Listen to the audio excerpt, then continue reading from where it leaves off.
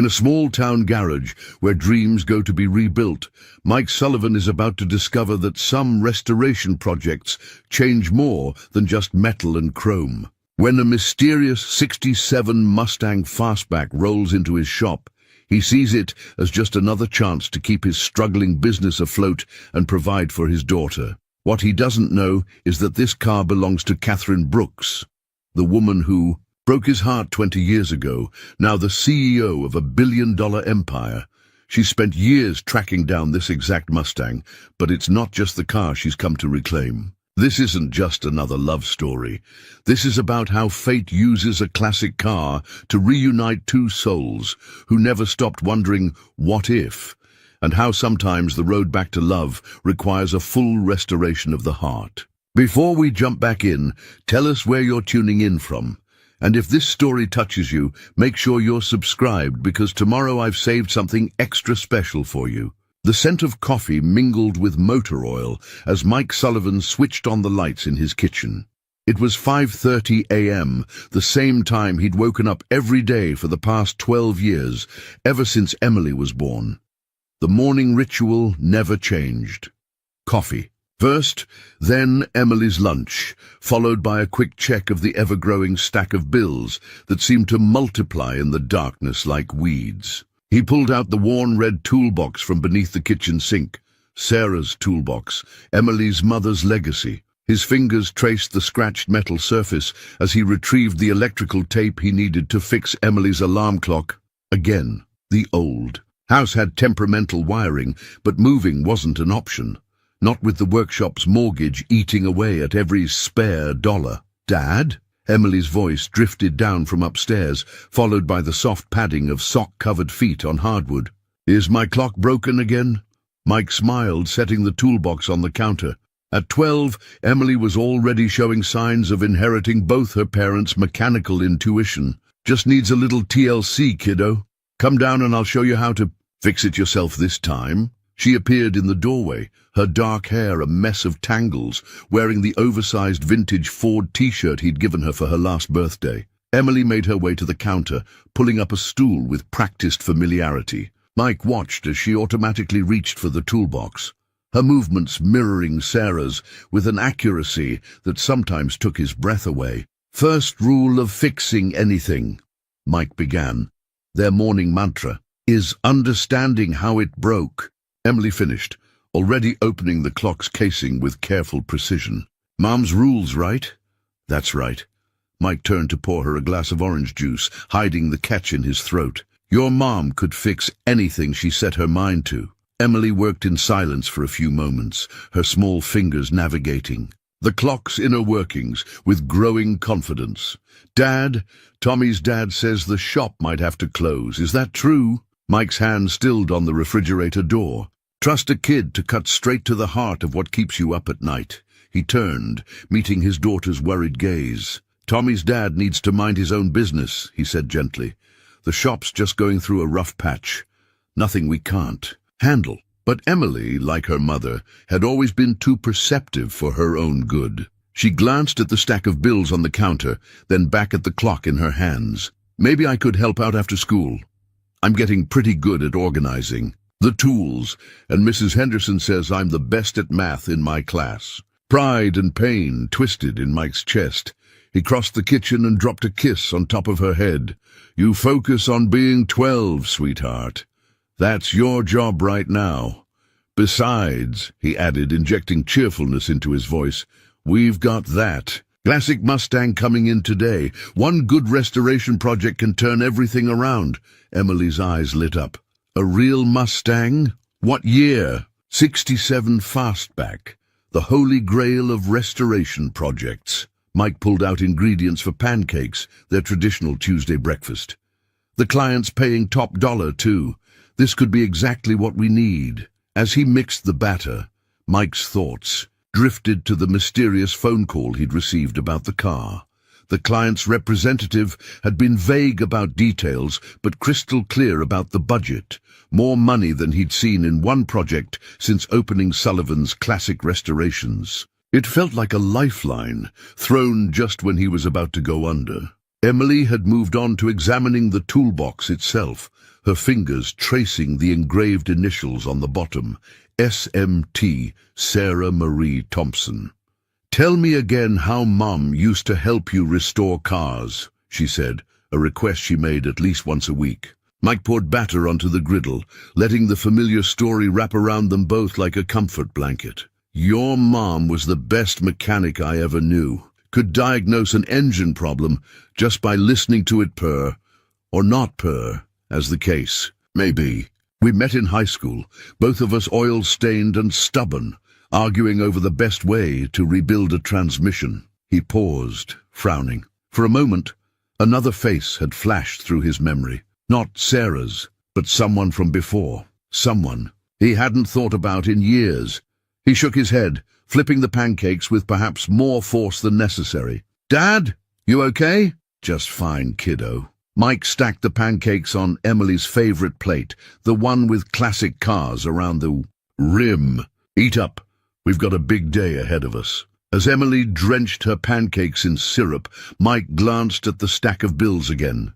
The foreclosure warning was on top, its red lettering visible through the thin envelope. One more month, maybe two, before he'd have to make some hard decisions. But looking at Emily, happily chattering about the Mustang and her ideas for helping with the restoration, Mike felt a familiar determination settle over him. He'd figured out how to be a single parent when Sarah died.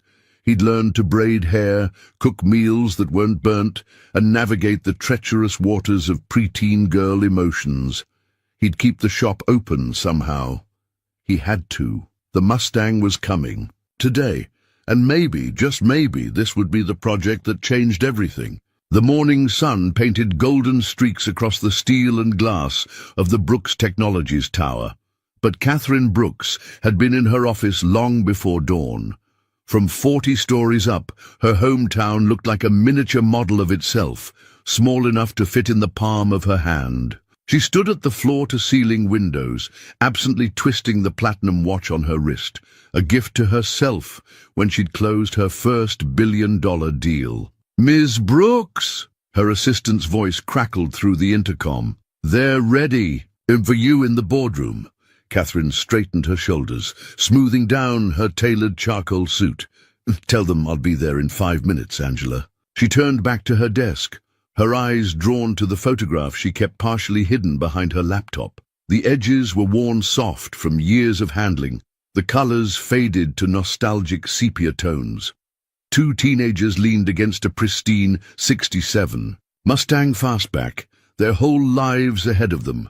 The boy's dark hair fell across his forehead as he smiled at the camera, one arm draped casually over the girl's shoulders. The girl, herself, 20 years and a lifetime ago, beamed with unguarded joy, holding up a set of keys like a trophy. Catherine picked up the photo, her manicured fingernail tracing the outline of the car.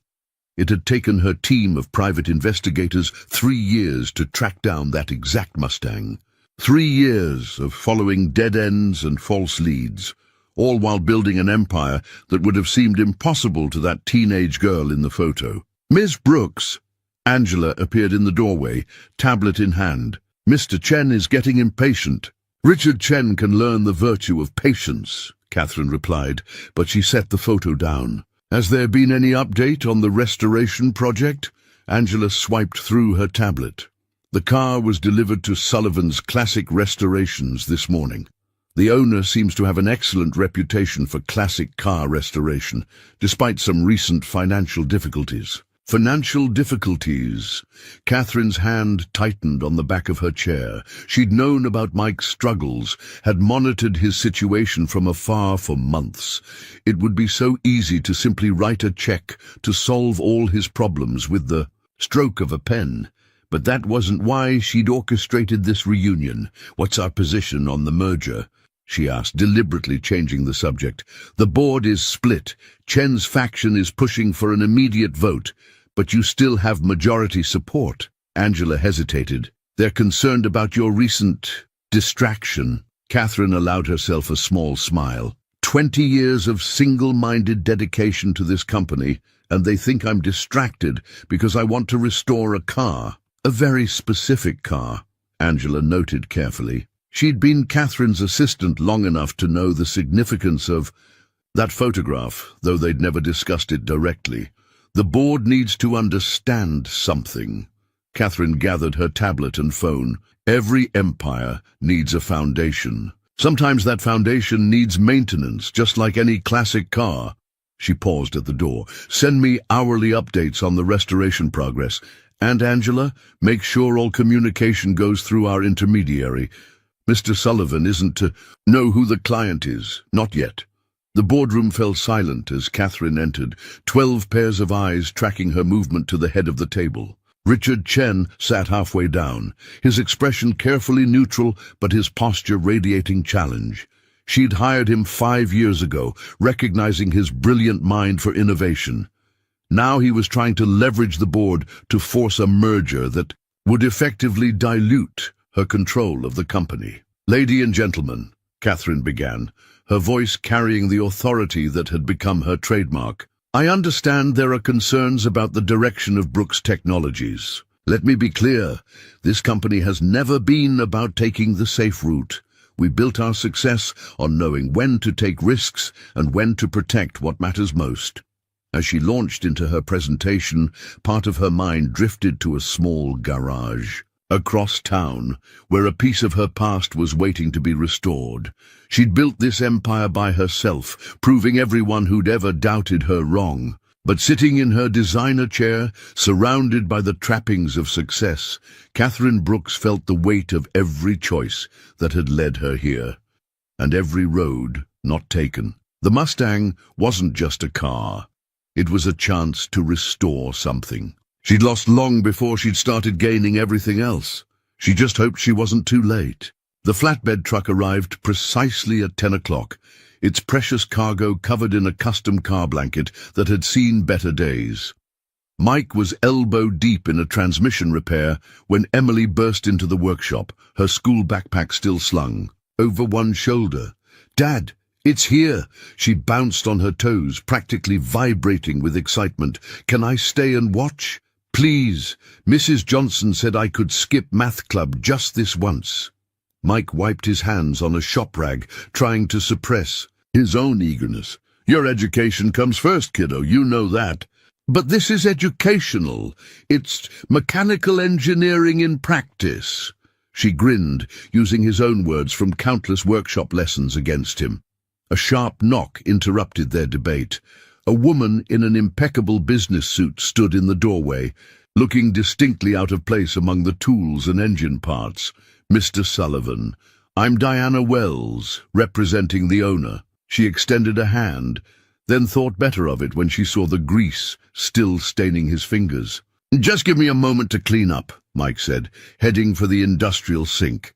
Over his shoulder he caught Emily introducing herself to Ms. Wells, with all the poise Sarah had tried so hard to instill in her. When he returned, Ms. Wells was reviewing documents on her tablet. "The owner has very specific requirements for this restoration," she began, her tone clipped and professional. "The car must be returned to its exact 1967 factory specifications, with one exception. The original registration and documentation must remain intact and untouched. Do you understand?" Mike nodded, though the request seemed odd. Usually, clients wanted to update at least some components to modern standards. "And the timeline?" 3 months, with weekly progress reports. She handed him a thick envelope. "This is your initial payment. The same amount will be delivered upon completion, assuming all requirements are met." Mike's eyes widened at the figure on the check. This was triple his usual rate, enough to clear the mortgage and still have operating capital left over. He looked up sharply, suspicion warring with desperate hope. "This is very generous. May I ask why my shop was chosen for this project?" Ms. Wells's expression remained carefully neutral. "The owner has heard excellent things about your work, Mr. Sullivan, particularly your attention to historical accuracy." She gestured to the truck driver, who had been waiting patiently. "Shall we?" The next few minutes were a carefully choreographed dance as the Mustang was slowly lowered from the flatbed. Even under the car cover, Mike could tell the lines were perfect. His fingers itched to see what lay beneath. "Ready?" Ms. Wells asked, reaching for the cover. Mike glanced at Emily, who had moved to stand beside him. Her eyes were wide with anticipation, reminding him of another young face that had looked at cars with that same wonder. He pushed the memory away. "Ready." The cover came off in one smooth motion, and Mike's breath caught in his throat. The Mustang was in rough shape. Years of neglect, evident in the faded paint and surface rust, but it was unquestionably special. The night mist blue paint, though oxidized, was original. The fastback roofline swooped gracefully toward the rear, and despite the wear, there wasn't a single dent in the body panels. "It's beautiful," Emily whispered, reaching out to touch the hood before catching herself. Mike circled the car slowly, his experienced eye cataloging every detail that would need attention. The chrome needed refinishing, the upholstery was cracked and faded, and he could already tell the engine would need a complete rebuild. But there was something else, something familiar that nagged at the edges of his memory. He knelt to check. The registration number plate under the driver's door, and his hand froze mid-reach. There, barely visible through years of road grime, was a small heart carved into the doorframe. He blinked hard, but it didn't disappear. "Is everything all right, Mr. Sullivan?" Ms. Wells's voice snapped him back to the present. "Fine," he said quickly, straightening up, just assessing the scope of work. He forced himself to focus on the paperwork she was presenting, signing where indicated and trying to ignore the way his past seemed to be whispering from every curve of the car's bodywork. "I'll need your door code for the security system," he said, grateful for the routine questions that kept his mind occupied. "In case we need to work late." "That won't be necessary. The owner has arranged for private security to monitor the vehicle at night." Ms. Wells checked her watch. "They'll arrive at 6 to set up their equipment. Will that be a problem?" Mike thought of the foreclosure notice hidden in his desk drawer. He couldn't afford to lose this job, no matter how strange the requirements. "No problem at all." After Ms. Wells left, Emily ran her fingers along the car's surface, this time without hesitation. "Can I help with the initial inspection, please?" Mike looked at his daughter's hopeful face, then at the Mustang that had brought both a lifeline and an unsettling sense of déjà vu. "Grab your mother's toolbox," he said finally. "Let's see what we're dealing with." As Emily rushed to retrieve the toolbox, Mike found himself staring at that small carved heart again. It was exactly like the one he'd carved 20 years ago, in another Mustang, with another girl watching. But that was impossible. That car was long gone, along with the dreams it had carried. The afternoon light filtered through the workshop's high windows, casting long shadows across the Mustang's faded paint. Mike and Emily had spent the last hour documenting every scratch, every spot of rust, every part that would need replacement or repair. Emily sat cross-legged on a clean shop towel, carefully noting each item in her notebook with the methodical precision she'd inherited from her mother. "What's next on the inspection checklist?" Mike asked, testing her memory of their standard. "Procedure. Interior assessment," Emily replied without hesitation. "We document all original components and identify any non-standard modifications." She flipped to a fresh page in her notebook, adding the date at the top, just like Sarah had. "Always done." Mike unlocked the driver's door, wincing at the creaky protest of aged hinges. The interior smell hit him immediately. Old leather, dust, and something else.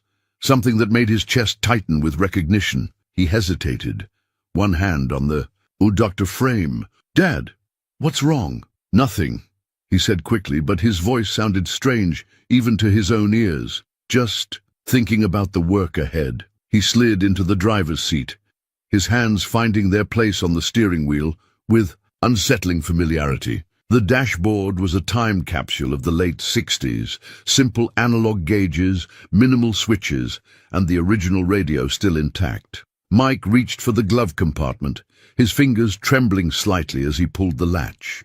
Inside, nestled among old registration papers and a faded owner's manual, was a cassette tape. "What's that?" Emily asked, peering over his shoulder. Mike held the tape like it might crumble to dust in his hands. The label was barely legible, but he didn't need to read it. He knew what it said. Summer '86 was written in flowing handwriting. He hadn't seen in 20 years. It's just an old mixtape, he managed, his throat suddenly dry. They were like playlists, but on magnetic tape. Emily reached for it, curious. Can we play it? Before Mike could answer, his eyes caught something else in the glove compartment, a folded piece of paper tucked behind the owner's manual. He pulled it out carefully, his heart pounding. But it was just a recent insurance document, the owner's name hidden behind thick black redaction marks. Dad, the tape? Mike snapped back to the present. Right, let's see if the radio still works. He pushed the tape into the slot before he could talk himself out of it, half expecting nothing to happen. But after a moment of mechanical whirring, music filled the car's interior, the Eagles' Take It Easy crackling through decades-old speakers. The song choice hit him like a physical blow. This was their song, his and Catherine's. They'd cruised down Main Street countless times with this exact song playing, young and invincible, and sure that nothing could ever come between them. This is actually pretty good, Emily said, bobbing her head to the music. Kind of like that. Stuff you play in the shop sometimes. Mike forced himself to focus on the inspection. The seats would need complete reupholstering. The leather was cracked and worn, with a familiar tear in the driver's side that he remembered making with his wallet chain. The carpet was original but badly faded. The headliner was starting to sag. He made careful notes, trying to ignore how each detail matched his memories exactly. It couldn't be the same car. Catherine had taken it with her when she left for college on the East Coast, chasing dreams bigger than their small town could. Old! He'd never seen it, or her, again. Hey, look at this! Emily's voice pulled him from his thoughts. She was examining the underside of the dashboard, her small flashlight illuminating something carved into the plastic. There are initials here, CB and MS. Mike's hand slipped on the steering wheel. The clipboard clattered to the floor, inspection sheets scattering across the worn concrete. Dad? Time for a break, he said abruptly, pushing out of the car. Why don't you go get us some sodas from the machine? Emily gave him a look that was pure Sarah, too knowing, too understanding. But she took the dollar bills he held out and headed for the break room, the Eagles still playing softly behind her. Alone with the car, Mike leaned against his workbench, trying to steady his breathing. The evidence was becoming impossible to ignore. The heart carved in the doorframe, the mixtape, the initials, even the tear in the seat. This wasn't just any '67 Mustang. This was their Mustang, which meant he straightened suddenly, crossing to his office. The morning's newspaper was still on his desk, folded to the business section he usually ignored. There, on the front page, was a photo he'd skimmed past earlier. Catherine Brooks, CEO of Brooks Technologies, announcing some major merger. She looked different now, sophisticated and polished. But her eyes were the same, eyes he'd once known better than his own. The article mentioned she'd recently returned to her hometown to oversee a new tech center development. Mike stared at the photo, pieces clicking into place. The generous payment, the strict restoration requirements, the security measures. She'd found their car, found him, but why now? And why this way? The Eagles faded into Fleetwood Mac's Dreams, another song from that summer that had changed everything. Mike closed his eyes, remembering the last time he'd heard it playing in this very car, the night Catherine told him she was leaving, chasing a future that didn't have room for small-town dreams or the boy who dreamed them. Emily's return footsteps echoed in the workshop. Mike quickly folded the newspaper, tucking it into his back pocket. His daughter didn't need to see his past complications bleeding into their present. They had a job to do, the most important restoration of his career. Apparently, the rest would have to wait. Catherine stared at the spreadsheets on her tablet, but the numbers kept blurring together. The security feed from Sullivan's classic restorations played silently on her second monitor, showing Mike and a young girl, his daughter according to the file, working on the Mustang. She found herself watching their interactions more than the actual restoration progress. "Miss Brooks?" Angela appeared in the doorway. "The board members are requesting an emergency session. Mr. Chen is claiming you've misappropriated company funds for personal use." Catherine's jaw tightened. Of course Richard would find out about the Mustang. "The restoration is being funded from my personal accounts, not corporate resources. He knows that. He's suggesting it's a sign of emotional instability." Angela hesitated. "There are rumors you're planning to step down." The security feed showed Mike lifting his daughter up to peer into the engine bay, his hands steady and protective. Catherine forced her attention back to Angela. "Call legal. I want a complete audit of Chen's department ready for the morning meeting, and get me the latest polling from our shareholders." Her phone buzzed with Diana's daily report. "Initial inspection complete. Subject discovered identifying markers. Emotional response noted." Catherine's hand moved instinctively to the small silver key she wore on a chain beneath her silk blouse. The original key to the Mustang, the one she'd been holding in that old photograph. She'd kept it all these years, even as she'd built her empire, earned her MBA, and transformed herself from a small-town dreamer into one of the most powerful women in tech. "There's something else," Angela said, interrupting her thoughts. "The Silicon Valley Times is running a piece on female CEOs and work-life balance. They're focusing on your personal history." "You mean my lack of one?" Catherine's laugh held no humor. "Send them the usual statement about dedication to innovation and corporate leadership. They've uncovered your high school records.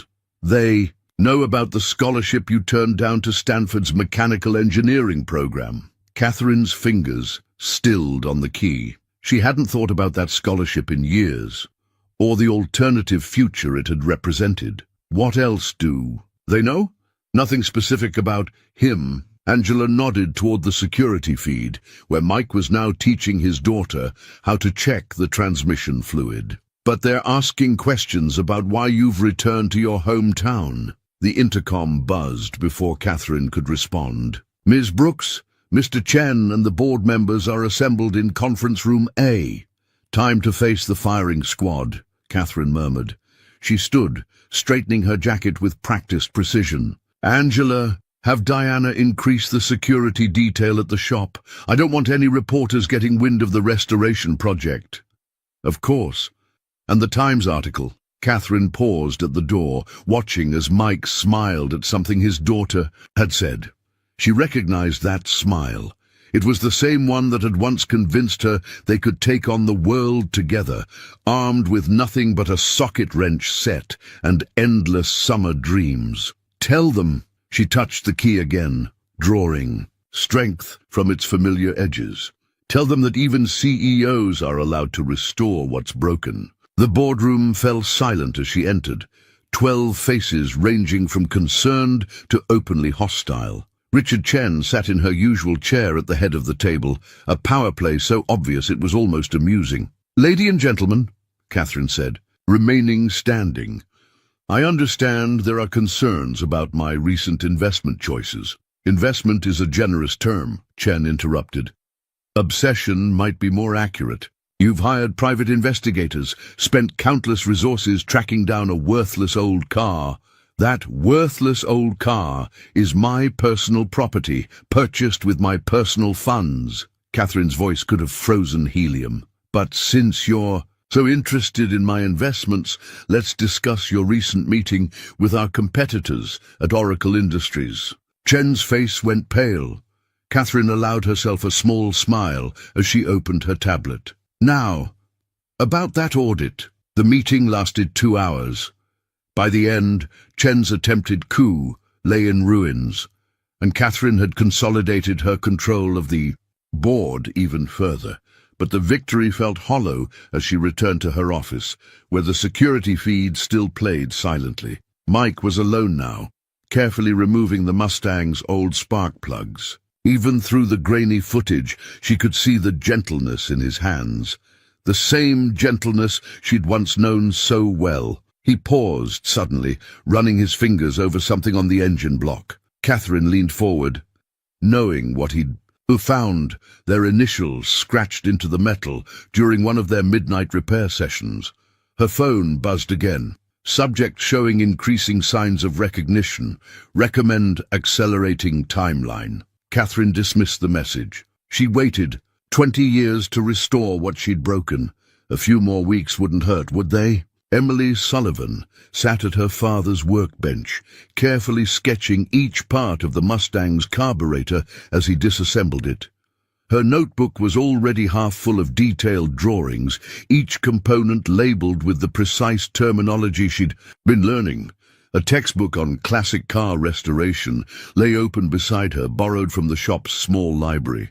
"Remember," Mike said, holding up a small brass component, "what's the first rule of rebuilding a carburetor?" "Document everything," Emily replied, adding another detail to her drawing, "because you have to put it back exactly the way you found it." She glanced up at her father. "But Dad, I've been thinking, the factory specs show a different float needle valve than this one. Shouldn't we replace it with the original type?" Mike paused, studying his daughter with a mixture of pride and surprise. She'd been spending every afternoon in the shop since the Mustang arrived, absorbing information like a sponge. "That's actually a very good observation. How did you know to check the specs?" Emily held up her phone, showing a restoration forum she'd been following. This guy documented his whole 67 fastback rebuild. He says the original Holly carbs had a specific valve design that most people miss. From her hidden vantage point behind a stack of old tires, Catherine pressed her hand to her mouth, suppressing a smile. She'd slipped into the shop during lunch, telling herself she needed to personally verify the restoration's progress. The security cameras didn't capture the small details, like the way Mike's eyes crinkled at the corners when he was impressed, exactly as they had when she'd made her first successful transmission diagnosis all those years ago. "Well, look who's turning into a real gearhead," Mike said, ruffling Emily's hair. "Your mom would be proud. She always said the devil was in the details." Emily's face lit up at the mention of her mother, but Catherine noticed a shadow pass over Mike's features. She knew from her research that Sarah Sullivan had died in a car accident 5 years ago, leaving Mike to raise their daughter alone. The knowledge had tied her stomach in knots for days after she'd learned it. "Can I try cleaning the jets?" Emily asked, already reaching for the ultrasonic cleaner. "I've been practicing with the small brushes on my model car parts." Mike hesitated, and Catherine found herself holding her breath. The jets were delicate, crucial components. One slip could... "Okay," Mike said finally. "But let me show you the proper technique first." He positioned Emily's hands carefully, demonstrating the gentle touch needed. "Like this, see? Just like painting your nails, but with more degreaser and less glitter." Emily giggled, but her face was set in concentration as she worked. Catherine watched them together, her chest tight with an emotion she couldn't quite name. She'd achieved everything she'd set out to do, built her company from nothing, revolutionized.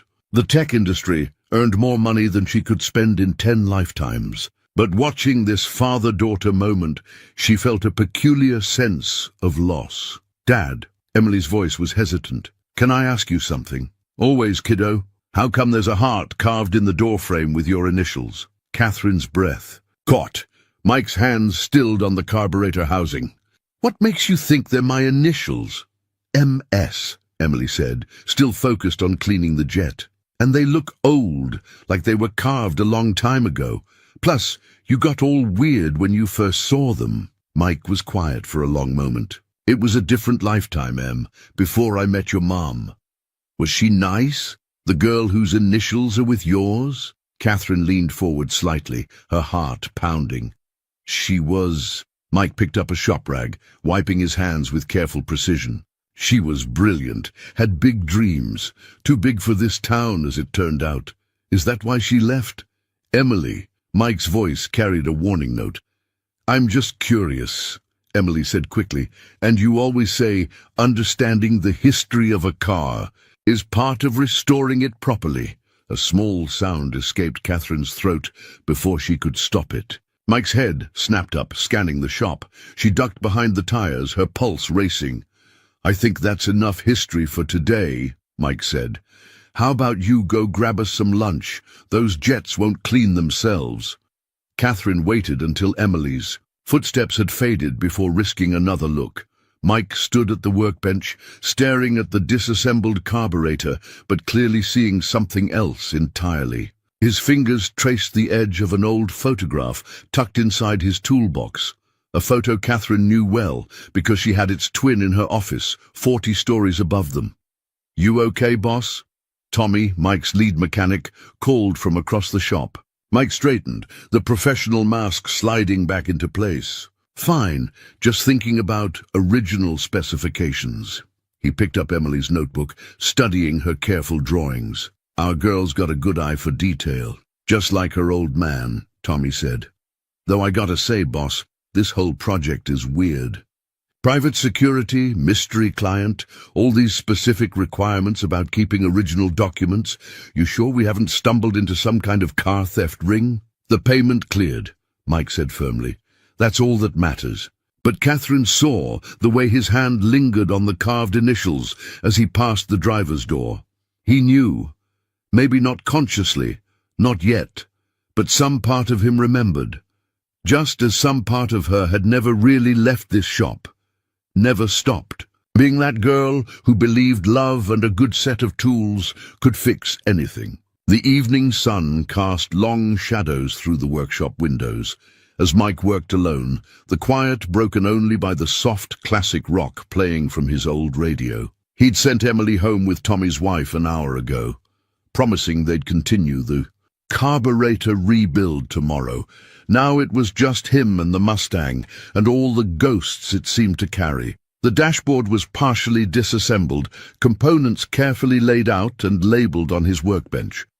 Emily's detailed drawings had proven surprisingly useful. Her fresh eyes had caught details he might have missed. But it was more than that. Working alongside her reminded him of other nights in this same shop, teaching another eager student the secrets hidden in engine blocks and transmission housings. The thought of Catherine sent his hands stilling on the wiring harness he was examining. He'd been pushing away the similarities, trying to focus on the work, but they kept piling up. The carved initials, the mixtape, the specific wear patterns that matched his memories exactly. "You're losing it, Sullivan," he muttered, reaching deeper into the dashboard cavity. His fingers brushed something that didn't feel like standard wiring or components, a piece of paper wedged behind the radio housing. Carefully, he extracted it. The paper was yellowed with age, folded into a tight square. His hands trembled slightly as he opened it, somehow knowing what he would find. Catherine's handwriting filled the page, as distinctive now as it had been 20 years ago. "Dear Mike, if you're reading this, it means one of two things. Either you're helping me restore our car, unlikely given my current trajectory, or you're stripping it for parts, more probable knowing my driving.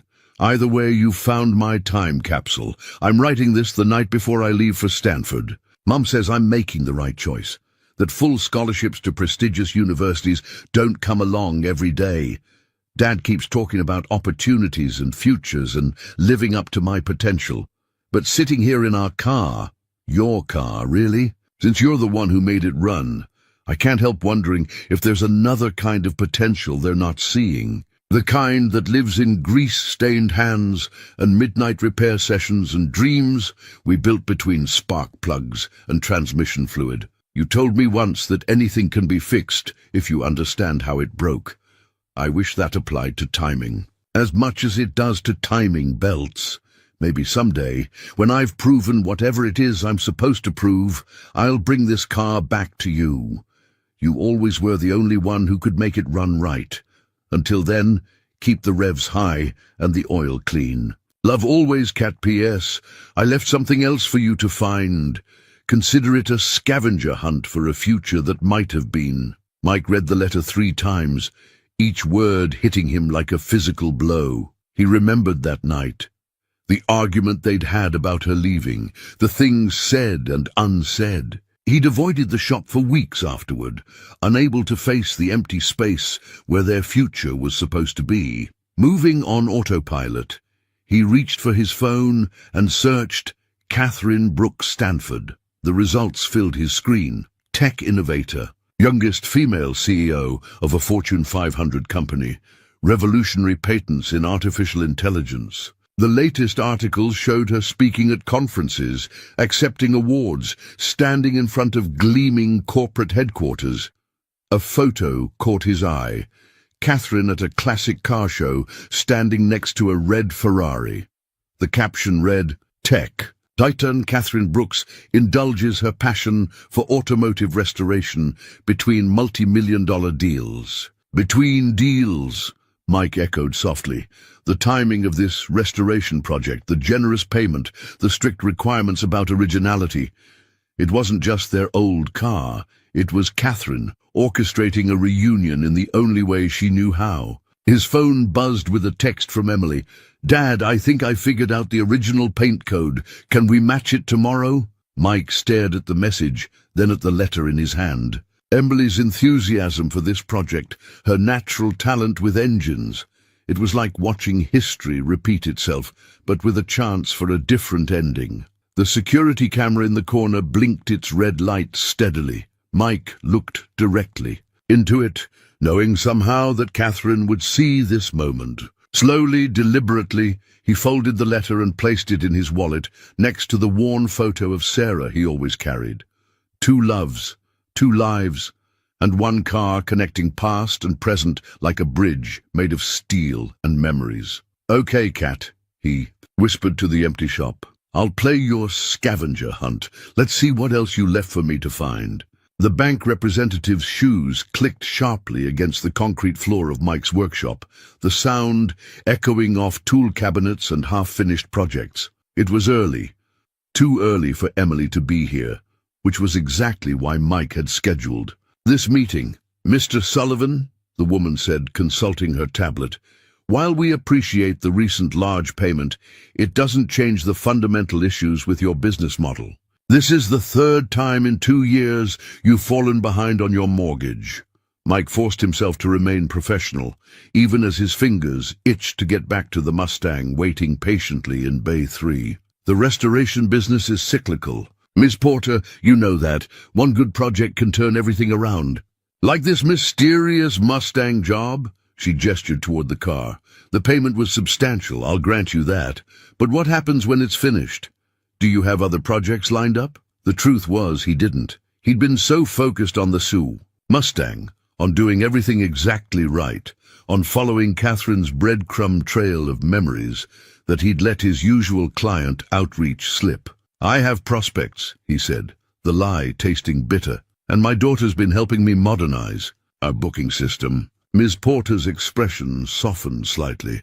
"Your daughter, Emily, right? That's actually what concerns us most, Mr. Sullivan. A single parent running a struggling business. Have you considered selling?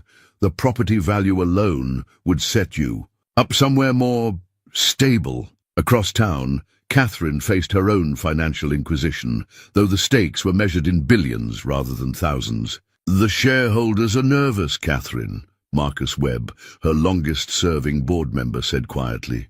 They stood in her private conference room, the wall of windows offering a perfect view of the street where she and Mike had once raced their freshly tuned Mustang. "Chen's allegations about emotional instability are gaining traction.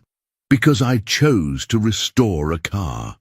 Catherine kept her voice level, though her hand tightened on her coffee cup. "I wasn't aware having a hobby was a sign of mental breakdown." "It's not just the car." Marcus slid a tablet across the table. "These photos were taken yesterday." Catherine's breath caught. The images showed her crouched behind the stack of tires in Mike's shop, watching him work with Emily. The next showed her leaving through the back door, checking carefully to ensure no one saw her. "The board would understand if you were simply reconnecting with an old flame," Marcus continued.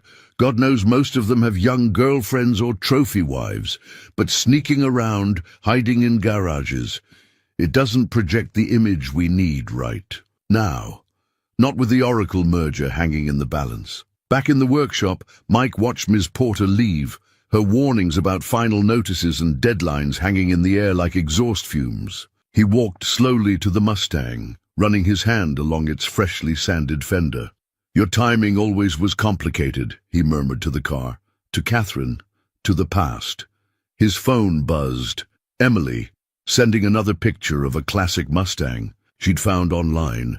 "This one has the same trim package. Can we restore ours to look like this?" Ours. The word hit him hard. Emily had fallen in love with this car, just like he had all those years ago, just like Catherine had. And now the bank wanted him to consider selling the shop, abandoning not just his own dreams, but Sarah's legacy and Emily's future inheritance. In her office, Catherine stared at the damning photographs. "The merger isn't for another 3 months, she said finally, "after the restoration is complete." "Chen won't wait that long," Marcus sighed. "He's calling for an emergency shareholder meeting next week. If he succeeds in forcing the merger early, I'll lose controlling interest," Catherine finished. "Everything I've built will be absorbed into Oracle's empire." She turned to the window, looking down at the street where she'd once been young and fearless. "How much time do I have?" "The vote is scheduled for next Friday. 8 days. In the workshop, Mike's phone rang. He recognized the number, another client, probably calling about their delayed project. "Sullivan's Classic Restorations," he answered, trying to sound confident. "Mike, it's John Webster. Look, I hate to do this, but I'm going to need to take my Chevelle to another shop. I can't keep waiting while you focus on this mystery Mustang project." "John, wait!" But the line was already dead. Mike looked at the Mustang, its half-restored body gleaming under the workshop lights. They were only halfway through the project, with weeks of work still ahead. The payment from Catherine, and he was sure now it was from her, had bought him some time, but not enough.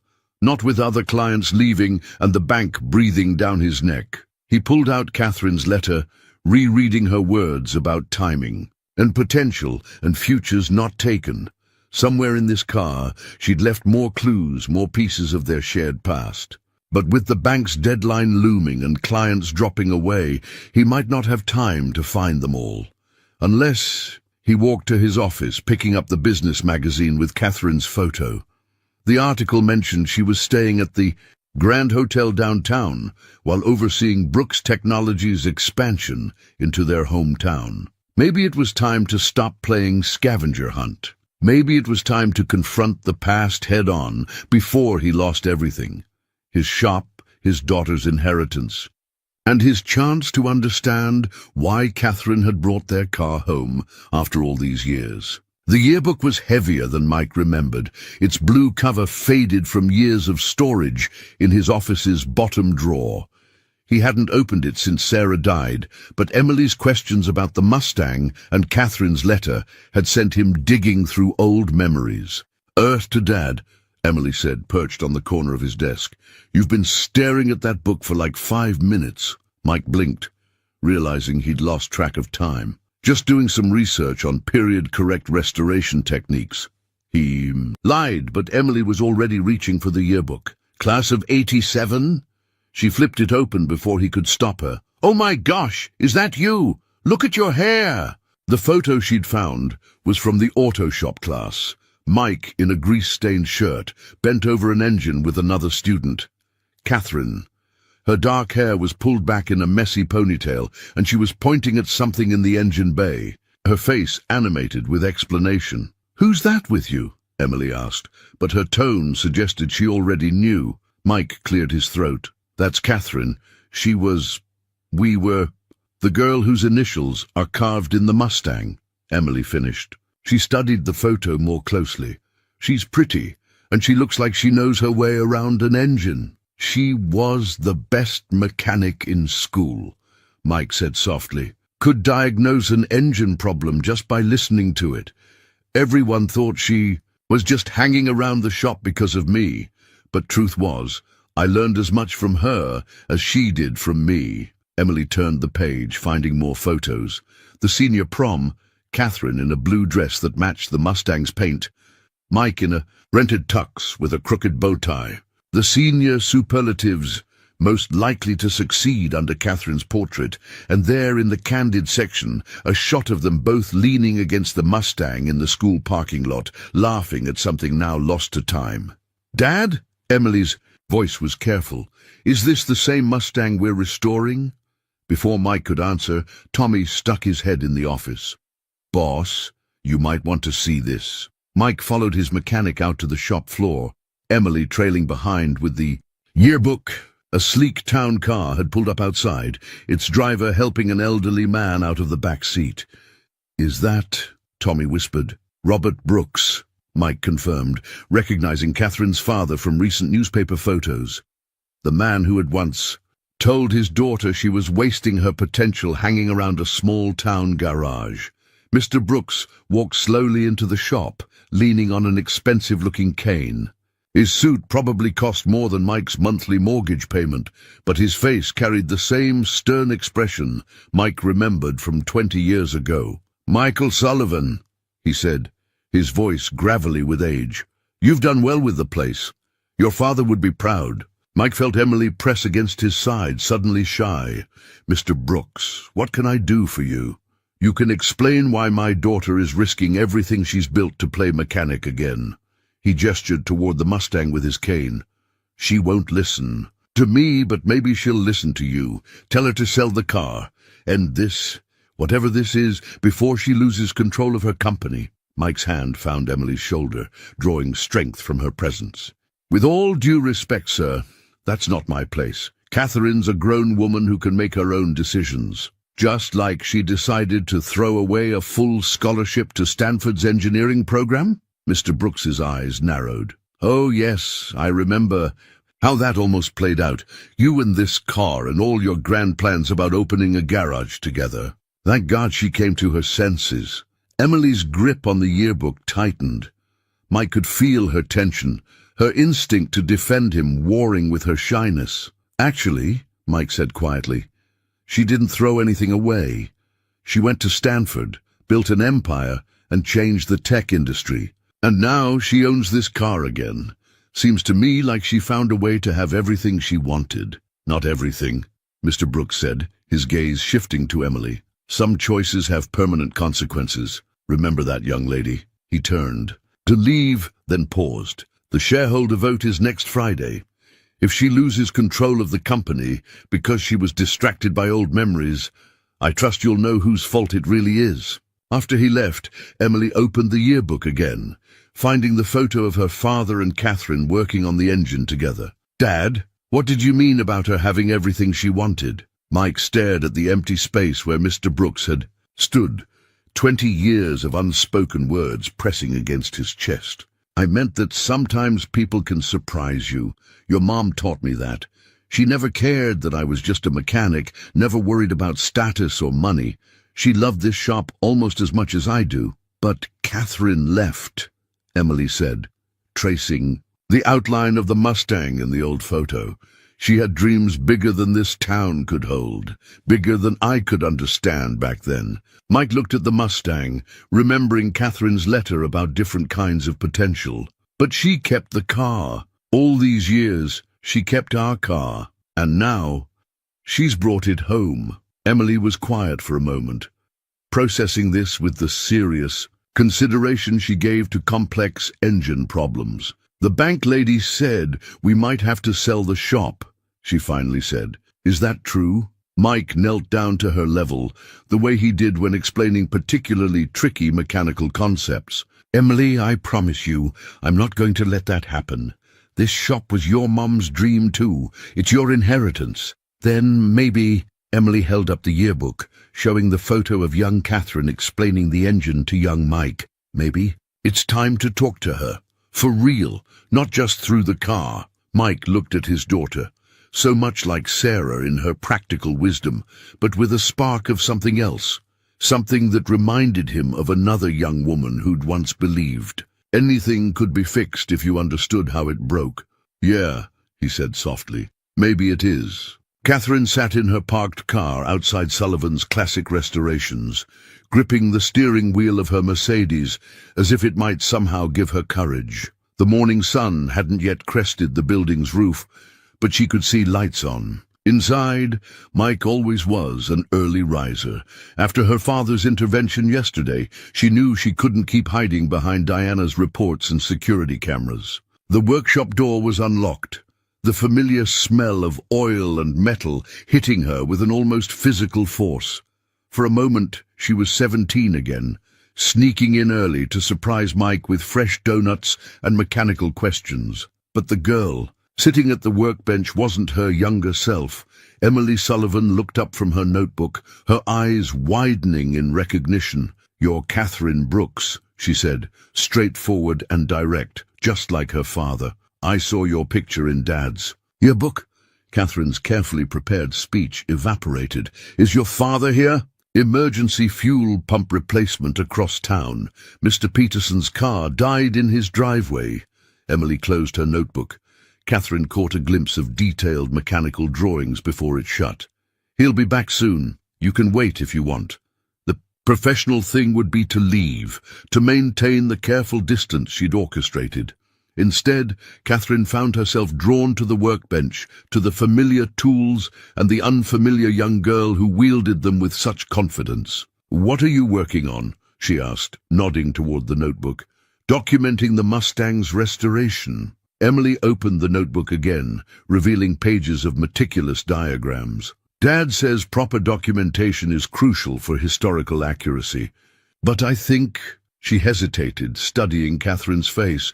"I think maybe he's being extra careful because it's your car." Catherine picked up the notebook, her throat tight. The drawings could have come from her own high school notes. The same attention to detail, the same love of precision. "These are excellent," she said softly. "You have a real talent for this." "Mum was good at it too," Emily said, watching Catherine's reaction carefully. "Dad says she could fix anything." The mention of Sarah felt like a splash of cold water. Catherine set the notebook down. "Your father's right. I remember when she first started working here, just after—" She stopped, realizing she was wandering into dangerous territory. "After you left," Emily finished. She picked up a wrench, turning it over in her hands. "Dad found your letter behind the radio." Catherine's heart stuttered. "He did?" "He read it a lot. When he thinks I'm not looking." Emily's eyes, so much like her father's, met Catherine's directly. "Are you going to take the car away when it's finished?" Catherine hadn't actually thought that far ahead. The restoration had been about the journey, about finding a way back to what she'd lost, or thought she'd lost. "Would you miss it?"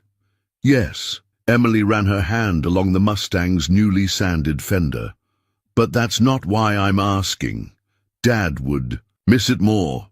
He talks to it sometimes when he thinks no one can hear, about timing and choices and different kinds of potential." Catherine's phone buzzed.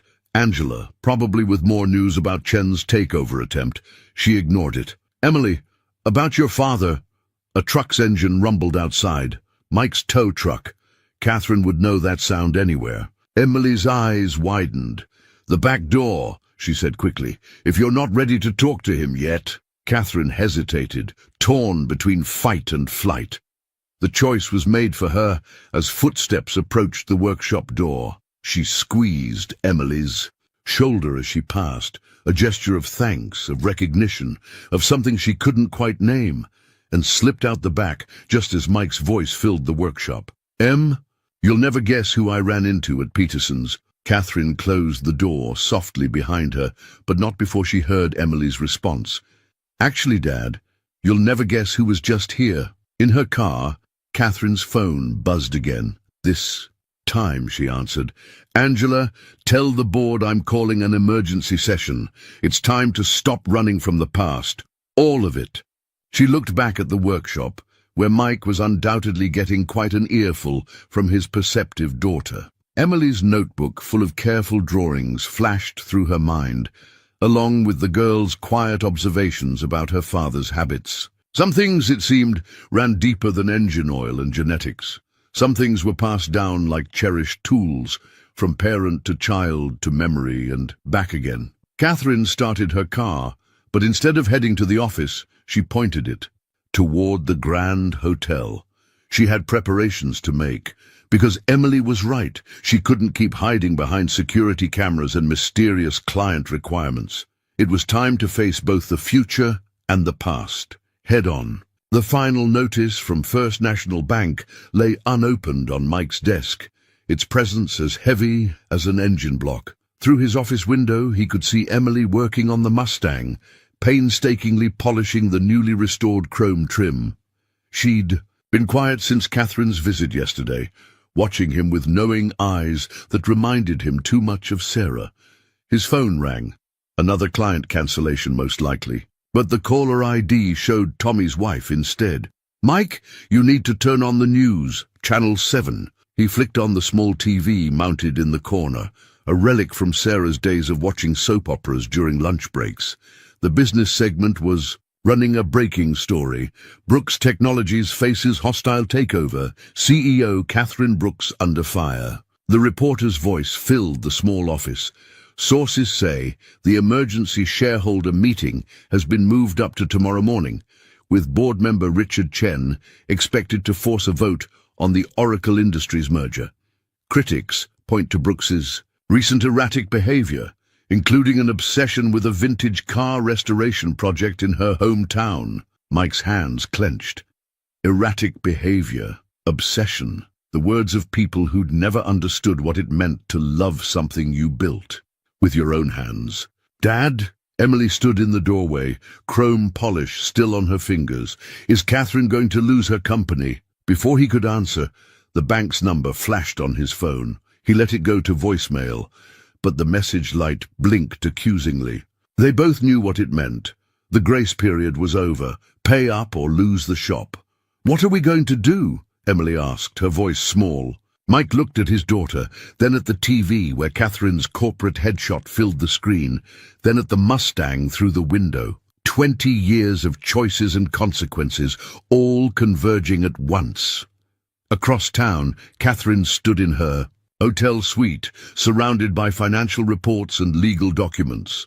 Angela hovered nearby, updating her on the latest defections from her board support. "Chen's gathered enough votes," Angela reported grimly. "Unless you can convince the major shareholders to back you by tomorrow morning, I'll lose everything I've built." Catherine walked to the window. From here, she could just make out the roof of Sullivan's classic restorations in the distance. How much time until the meeting? 14 hours. "Catherine," Angela hesitated. "Maybe your father was right. If you sold the Mustang, focused solely on the company." "That's exactly what Chen wants," Catherine said sharply, "to prove I'm not emotionally equipped to lead.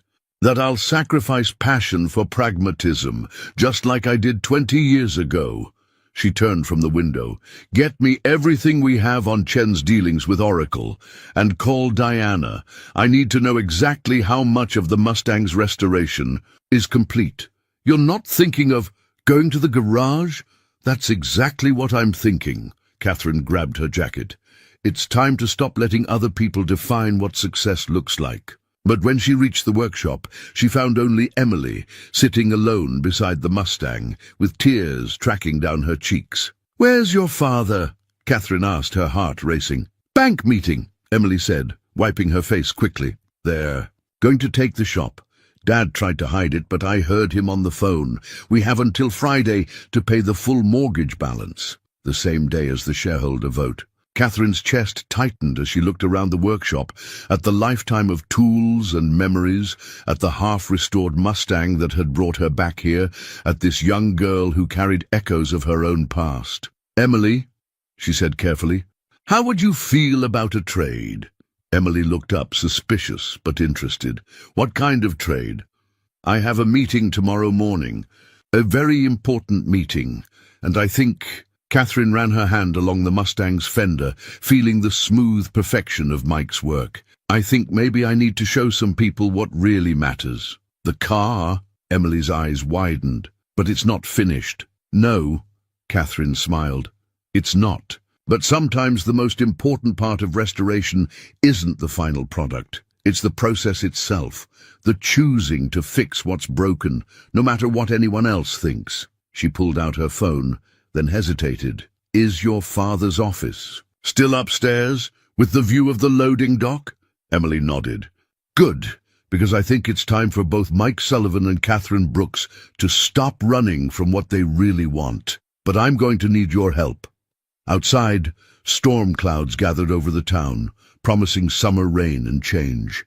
Inside, 2 generations of dreamers began to plot, while a half-restored Mustang waited patiently for its moment to bridge past and present once again. The bank meeting had gone exactly as badly as Mike expected. Standing in the rain outside the granite building, he read through the final ultimatum again. Full payment by Friday, or foreclosure proceedings would begin Monday morning. 20 years of work, Sarah's legacy, Emily's future, all of it reduced to numbers on a piece of paper that was slowly dissolving in the downpour. His phone buzzed with a text from Emily. "Dad, come back to the shop. There's something you need to see." The drive back felt longer than usual, each familiar landmark a reminder of what he stood to lose. The workshop lights were on despite the gathering storm, and as he pulled into the lot, he noticed something odd. The security team that usually watched the Mustang was gone. Inside, Emily sat at his desk, her expression unreadable. "Did you know?" she asked without preamble, turning his computer monitor toward him. "About Catherine?" The screen showed a business news website, and there was Catherine, not in an old yearbook photo, but in a corporate portrait from last week. The headline made his heart stop. Brooks Technologies, CEO faces criticism over classic car restoration. Project in hometown. Below the headline was a photo that made his hands grip the desk for support. Catherine, much younger, standing beside a night-mist blue 1967 Mustang Fastback. The caption read, "Brooks's first car, purchased and restored in high school, recently relocated to Sullivan's Classic Restorations for comprehensive restoration." "Emily," Mike said carefully, "what do you know about this?" "She was here this morning," Emily said, "after you left for the bank. She told me everything about the car, about the company, about why she came back." She pulled something from her notebook, a business card with an elegant CB monogram. "She said to give you this when you figured it out." Mike took the card, turning it over in his hands. On the back, in familiar handwriting, "Some things are worth more than timing belts and stock options. Meet me where it all started." "She's going to lose her company," Emily said quietly. "Tomorrow morning, at the shareholder meeting. Just like, we're going to lose the shop on Friday." She looked up at her father, her eyes bright with something that looked like hope. Unless what? "Unless you both stop being so stubborn about fixing things alone." Emily stood up, suddenly, every inch her mother's daughter. "Mum always said the hardest part of restoration is knowing when to ask for help.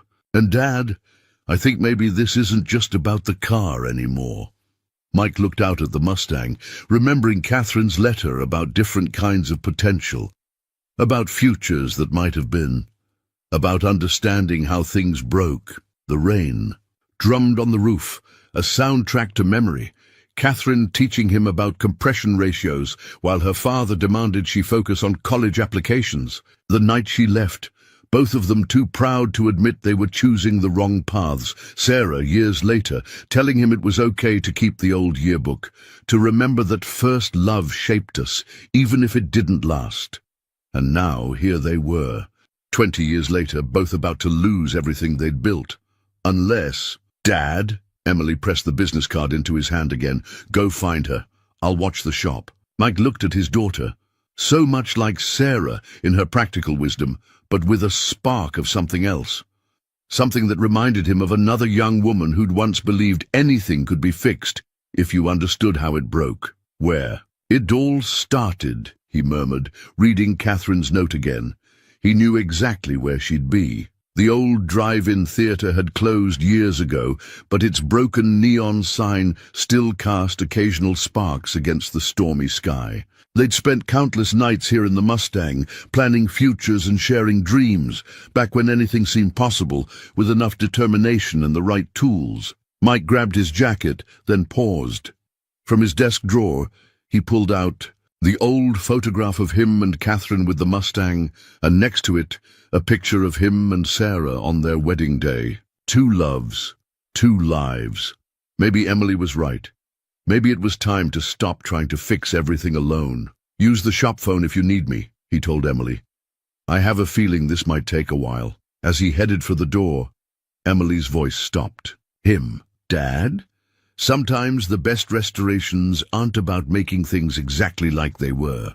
Sometimes they're about making something new from all the old parts. Mike looked at his daughter, wondering when she'd gotten so wise. When did you figure it all out? Emily smiled, a knowing look that blended Sarah's practicality with Catherine's determination. Pretty much when I saw her talking to the Mustang this morning. Just like you do. Some things, Dad, are just meant to be restored. The rain had softened to a gentle mist by the time Mike pulled into the drive-in's crumbling parking lot. Catherine's Mercedes sat alone in their old spot, Space C-17, where they'd watched countless movies and dreamed up countless futures. She stood leaning against the hood, her designer suit incongruous against the abandoned screen tower, but her posture was pure teenage Catherine, all quiet confidence and hidden vulnerability. You know, Mike said, stepping out of his truck, normal people just make a phone call when they want to reconnect. When have I ever been normal? Catherine's smile was tentative but real. Besides, you're the one who taught me the importance of proper restoration procedure. Step 1. Understand how it broke. They finished together. The moment hung between them, heavy with 20 years of unspoken words. Catherine broke first, pushing away from her car. I saw the foreclosure notice, Mike. Through the security cameras I wasn't supposed to tell you about. And I saw the news about your company. Tomorrow's vote. Quite a pair we make, Catherine said softly. Both about to lose everything we built. Mike studied her face. Older, yes, but still with that same determined set to her jaw that had first caught his. Attention in auto shop class. Why now, Cat? Why bring the Mustang back after all these years? She pulled something from her jacket pocket, the original key on its silver chain. Because some things can't be fixed alone. I learned that building my company. Took me 20 years to admit it might apply to other things too. She gestured to the empty theater around them. Remember what you said to me here, the night before I left for Stanford. I said a lot of things that night, most of them pretty stupid. You said I was choosing the safe route, that I was more worried about living up to expectations than following my heart. Her fingers traced the key's worn edges. You were right and you were wrong, because I did follow my heart, just not the way either of us expected. Mike thought of Emily's words about making something new from old parts. You built an empire. I built a cage, Catherine corrected, one made of stock options and shareholder expectations instead of small-town limitations. And now Chen's going. To take it all anyway, because I finally decided to do something for myself instead of for the quarterly reports. Thunder rumbled in the distance as Mike closed the space between them. The Mustang wasn't just about the car, was it? Catherine met his eyes. Was it ever? Cat, I'm not trying to disrupt your life, Mike. I know about Sarah, about the wonderful family you built. Emily, she's extraordinary. So much like you, but with something else, something special. She reminds me of you sometimes, Mike admitted. The way she sees right to the heart of things, the way she believes anything can be fixed if you understand it well enough. Catherine's laugh was shaky. God, we were so young when we believed that. Maybe we were right. Mike pulled out her business card, turning it over to show her note. Maybe we just needed more time to understand how things really broke and how to fix them. I can't fix this, Mike. By this time tomorrow, I'll lose my company. Everything I worked for, gone, because I couldn't stop thinking about what I left behind. Mike reached into his pocket, withdrew the bank's final notice. Funny thing about leaving things behind. Sometimes you find them again, right when you need them most. Catherine took the paper, her eyes widening as she read. Then slowly, a smile spread across her face. The same smile that had once convinced him they could rebuild an engine with nothing but determination and borrowed tools. Mike Sullivan, Are you thinking what I'm thinking? That maybe it's time we finished what we started. Both the restoration and everything else? She held up the key. I still remember how to tune a carburetor, and I still remember how to read a business prospectus. Sarah made sure of that when we were expanding the shop. The rain picked up again, but neither of them moved. In the glow of the old neon sign, Catherine looked both familiar and new, like a carefully restored classic with modern upgrades. It won't be easy, she warned. Chen's got a lot of support on the board. And the bank's not going to wait forever, Mike countered. But you know what? I've got a pretty smart daughter who keeps telling me the best restorations aren't about making things exactly like they were.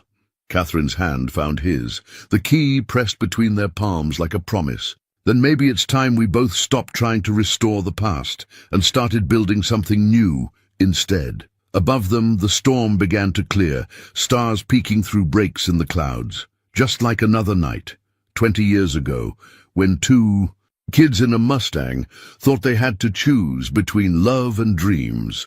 Maybe, Mike thought, they'd finally figured out how to have both. Dawn was breaking over the workshop when Emily arrived to find both her father's truck and a sleek Mercedes in the parking lot. Inside, Mike and Catherine sat at his desk, surrounded by papers and empty coffee cups, while Catherine's tablet displayed a video feed of an anxious-looking Angela.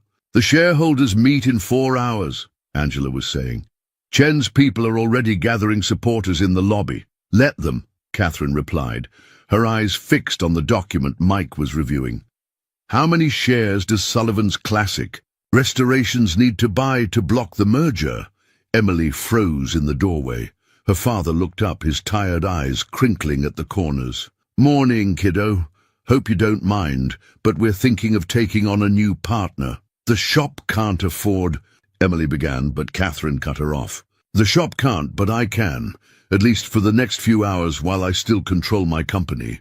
She ran a hand through her disheveled hair, somehow still managing to look elegant despite pulling an all-nighter. The question is whether your father will let me. Mike set down the papers. Stock certificates, Emily realized. It's not that simple, Cat. If we do this, use the shop to buy enough shares to block Chen's vote, we're betting everything on one move. If it fails, then we both lose everything, Catherine finished. But if it works, we save both, Emily said, understanding lighting up her face. The shop becomes a major shareholder in Brooks Technologies, which gives you enough votes to stop the merger, and the shop gets the investment it needs to stay open. Both adults turned to stare at her. When did you learn about corporate voting structures? Mike asked. Emily shrugged. I might have done some research last night. After Catherine left her business card, the tablet chimed with an incoming call. Catherine's father's name flashed on the screen. She declined it with a sharp gesture. He's not going to stop, Mike said quietly. Neither is Chen.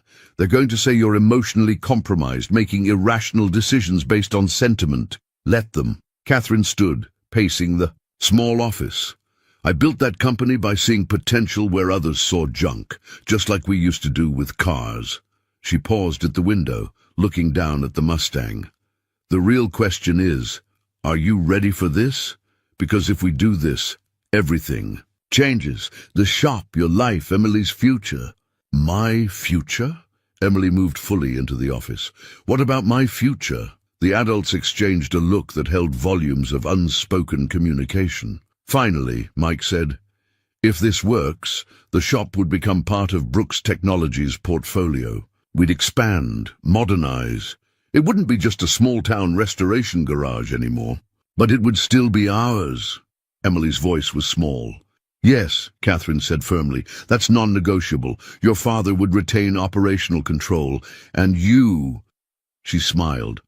Well, let's just say I've seen your notebook. I could use someone with your eye for detail in our engineering department eventually. Another call came through. Chen, this time. Catherine answered it on speaker. Catherine, be reasonable. His smooth voice filled the office. I have the proxy votes. The merger is happening. Don't throw away your legacy on some nostalgic midlife crisis. Emily watched her father's jaw tighten at Chen's tone. But before he could speak, Catherine replied, My legacy, Richard, is understanding that true value isn't always visible on a balance sheet. I'll see you at the vote." She hung up, but the tension remained. Mike stood, moving to stand beside her at the window.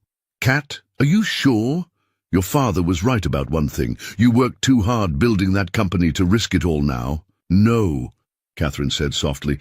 "I worked too hard to let someone else decide what it becomes." She turned to face him. "But I can't do this without you. Both of you." Emily looked between them. Her father, who had taught her that anything worth doing was worth doing right, and Catherine, who had brought back not just a car, but a chance at something new, something bigger than all of them. "Dad," she said, "remember what Mom used to say about taking chances?" Mike's expression softened. "That the best mechanics know when to replace a part and when to rebuild it." "Exactly." Emily picked up her notebook, opening it to her latest drawings of the Mustang's engine. "So maybe it's time to stop trying to restore things exactly the way they were and start building something better." Catherine's phone buzzed again. Angela with updates about shareholders arriving early. The time for decision had come. Outside, the morning sun caught the Mustang's newly polished chrome, making it shine like a beacon of possibility. 3 generations of dreams, about to either crash together or soar in ways none of them had imagined. The choice, as always, would come down to understanding not just how things broke, but how they could be made stronger in the rebuilding. The Brooks Technologies lobby buzzed with shareholders and press, all eyes drawn to the unusual sight of a pristine 1967 Mustang fastback parked directly in front of the building's glass entrance. Its night-mist blue paint gleamed in the morning. The sun, the product of an all-night restoration session that had left Mike's hands raw and Catherine's designer suit stained with polish. "Are you sure about this?" Mike asked, watching Catherine adjust her presentation notes. They stood in her private elevator, Emily between them clutching a leather portfolio that contained their entire future. "About saving my company with a classic car demonstration?" Catherine's smile held equal parts nervousness and determination. "Let's just say I'm taking a page from your repair manual. Sometimes you have to strip everything down to see what's really valuable." The elevator doors opened directly into the boardroom. Chen stood at the head of the table, Catherine's usual spot, flanked by Oracle Industries executives. His confident smile faltered slightly at the sight of Mike and Emily. "Catherine," he said smoothly, "this is a closed meeting. Family photos can wait until after the vote." "They're not here for photos." Catherine strode to the center of the room. "They're here because Sullivan's Classic Restorations now owns 12% of Brooks Technologies' voting shares." A murmur ran through the assembled shareholders. Chen's smile disappeared entirely. "Impossible. The purchase would have been flagged, not if it was done through multiple small transfers over 6 hours." Emily piped up, then blushed as all eyes turned to her. Hypothetically speaking." Catherine's father rose from his seat. "Catherine, what have you done?" "What you taught me to do, Dad. Found value where others saw liability." She nodded to Emily, who opened the portfolio and began distributing documents. "Ladies and gentlemen, before you vote on the Oracle merger, I want to show you something. Not quarterly projections or market analyses, but the future of Brooks Technologies." She clicked her presentation remote. The wall screen filled with an image of the Mustang, taken just an hour ago. "This car represents everything our company stands for. Innovation, precision, the ability to recognize potential where others see outdated technology." "A car," Chen scoffed. "This is what you're betting the company's future on." "No," Mike stepped forward. "She's betting it on the process. The understanding that true restoration isn't about returning something to what it was. It's about making it better than it ever could have been before." Emily pulled up the next slide, her detailed drawings of the Mustang's enhanced systems. "Brooks Technologies AI could revolutionize classic car restoration," she explained, her voice growing stronger as she warmed to the subject. Imagine software that could analyze engine sounds for precise diagnostics, or predict metal fatigue before it becomes critical. "The girl's done her homework," one of the older board members muttered appreciatively. Catherine moved through the presentation with practiced ease, but Mike noticed she kept one hand on the Mustang's key around her neck. Sullivan's Classic Restorations isn't just a small-town garage. It's a testing ground for integrating our AI technology with hands-on mechanical expertise, the kind of expertise that built this company in the first place. She met her father's eyes. "You always said I was wasting my potential in that garage. But what if the garage was exactly where I needed to be? What if understanding how things break and how to fix them is the most valuable skill a CEO can have?" The room was silent as Catherine's words sank in. Chen started to speak, but Emily beat him to it, pulling out her notebook. "Look at these diagnostic patterns," she said, spreading the pages across the table. "I've been documenting every step of the Mustang's restoration. With Brooks Technologies AI, we could create a database of mechanical knowledge that combines human experience with machine learning." The board members clustered around Emily's drawings, murmuring with growing interest. Mike watched his daughter explain complex mechanical concepts to some of the wealthiest people in the country and felt a fierce pride that had nothing to do with engines or algorithms. "The vote," Chen demanded, his face flushed. "We need to proceed with the vote." Catherine squared her shoulders. "Yes, let's, because everyone in this room needs to decide what kind of company we want to be. One that gets absorbed into a corporate machine, or one that remembers its roots while reaching for the future." The old board member who had noticed Emily's homework stood up. "I've seen enough. I'm voting my shares against the merger." One by one, other shareholders began to voice their agreement. Chen's face grew darker with each declaration. Catherine's father was the last to speak. He walked slowly to the Mustang, running his hand along its fender. "I bought you your first set of tools," he said quietly, "before I got scared about your future and tried to force you onto a safer path. Dad, you were right, both of you." He turned to face the room. "My shares vote against the merger. Some things are worth more than safe investments." As the final votes were tallied, Mike felt Emily slip her hand into his. "Dad, does this mean we get to keep the shop?" "The shop," Catherine answered, "and something more. A future none of us could have built alone." Outside the boardroom windows, the morning sun caught the Mustang's chrome trim, sending bright reflections dancing across the walls like promises kept, and new ones waiting to be made. The sun was setting behind Sullivan's Classic Restorations, casting long shadows across the newly installed Brooks Technologies sign that now shared space with the original workshop nameplate. Inside, Mike watched Emily demonstrate her diagnostic software prototype to Catherine's development team, her tablet connected to the Mustang's enhanced monitoring system. "See?" Emily pointed to a pattern on the screen. "The AI can predict potential issues by comparing current engine sounds with its database of known problems, but it still needs a human mechanic to verify and fix the actual issue." "The perfect blend of technology and experience," Catherine said from the office doorway. She'd switched her corporate suit for well-worn jeans and a shop shirt, looking more relaxed than Mike had seen her in weeks. "Just like some other combinations I could mention." Mike felt the familiar warmth in his chest that appeared whenever. He saw Catherine in his shop, their shop now, technically, though she'd insisted on keeping the Sullivan name primary on all the paperwork. "How'd the board meeting go?" he asked as she crossed to his desk. "Chen's resignation is official, and Dad's actually excited about our new direction. He's been going through his old engineering textbooks, talking about consulting on the AI architecture." She smiled. "Apparently he's remembered he used to love building things too." Through the window, they could see the development team gathering around the Mustang, taking notes as Emily popped the hood. The late sunlight caught the new Brooks Sullivan Innovation Center plaque on the wall, Emily's suggestion for the expanded workshop's official name.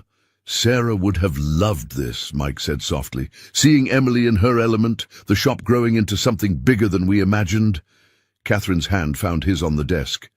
She helped make it possible. Everything you learned together, everything you built, it's all part of this too. Mike turned to look at her fully. No regrets? About any of it? About taking 20 years to figure out we could have both? Maybe a few? She squeezed his hand. But Emily's right. Sometimes the best restorations aren't about going backwards. They're about taking everything you've learned and building something better. A knock at the door interrupted them. Emily stood there, practically bouncing with excitement. Dad! Catherine! Come look at what we figured out! They followed her to the Mustang, where the development team had set up multiple screens displaying real-time diagnostic data.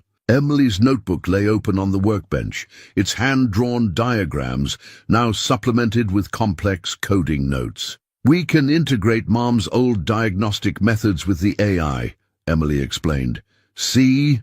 Her way of listening to engines, combined with the computer's pattern recognition, it's like having the best of both worlds. Mike watched his daughter move confidently between the traditional tools and cutting-edge technology, equally at home with both. She reminded him so much of Sarah in her practical approach, but there was something else there too, a spark of innovation that echoed Catherine's vision. The development team began packing up for the day, leaving the three of them alone with the Mustang. Catherine ran her hand along the car's flank, pausing at the spot where their initials were still carved. You know, she said thoughtfully, we never did finish the full restoration. Maybe we're not supposed to, Emily suggested. Maybe it's better with some of its history showing, like a timeline of everything that brought us here. Mike looked at his daughter, so wise, so understanding of things that had taken him decades to learn. Then at Catherine, who had found her way back to this shop with a plan both wildly improbable and perfectly logical. Speaking of timelines, Catherine said, the house next door just went up for sale. The commute from the Grand Hotel is getting old. Mike's heart did a familiar flip. Trying to tell me something, Ms. Brooks? Just thinking about proper restoration procedure. She smiled. Step 1. Understand how it broke. Step 2. Gather the right tools to fix it. Step 3. Make it better than new, Emily finished. Which reminds me, I have homework to finish. You two can handle closing up, right? She was gone before either could respond, leaving them alone with the Mustang and 20 years of choices that had somehow led them right back where they started, but this time with the wisdom to build something that could last. So, Mike said, pulling Catherine close, about that house next door. Above them, the shop lights flickered on automatically, triggered by the AI system Emily had installed. The Mustang's chrome caught the glow, reflecting back all the possibilities that came from understanding not just how things broke, but how they could be made whole again, scars, memories and all. 1 year later, the old drive-in theater looked different in daylight, its renovated screen gleaming white against the summer sky. Where weeds once grew through cracked pavement, classic cars now lined up in neat rows, their chrome sparkling in. The June sunshine. A banner stretched across the entrance. First annual Brooks Sullivan Classic Car Show and Tech Innovation Expo. Mike stood at the center of it all, watching Emily demonstrate their new diagnostic system to a crowd of impressed mechanics and tech investors. She moved with easy confidence between a restored Chevelle and a bank of computers, equally comfortable, with torque wrenches and touchscreens.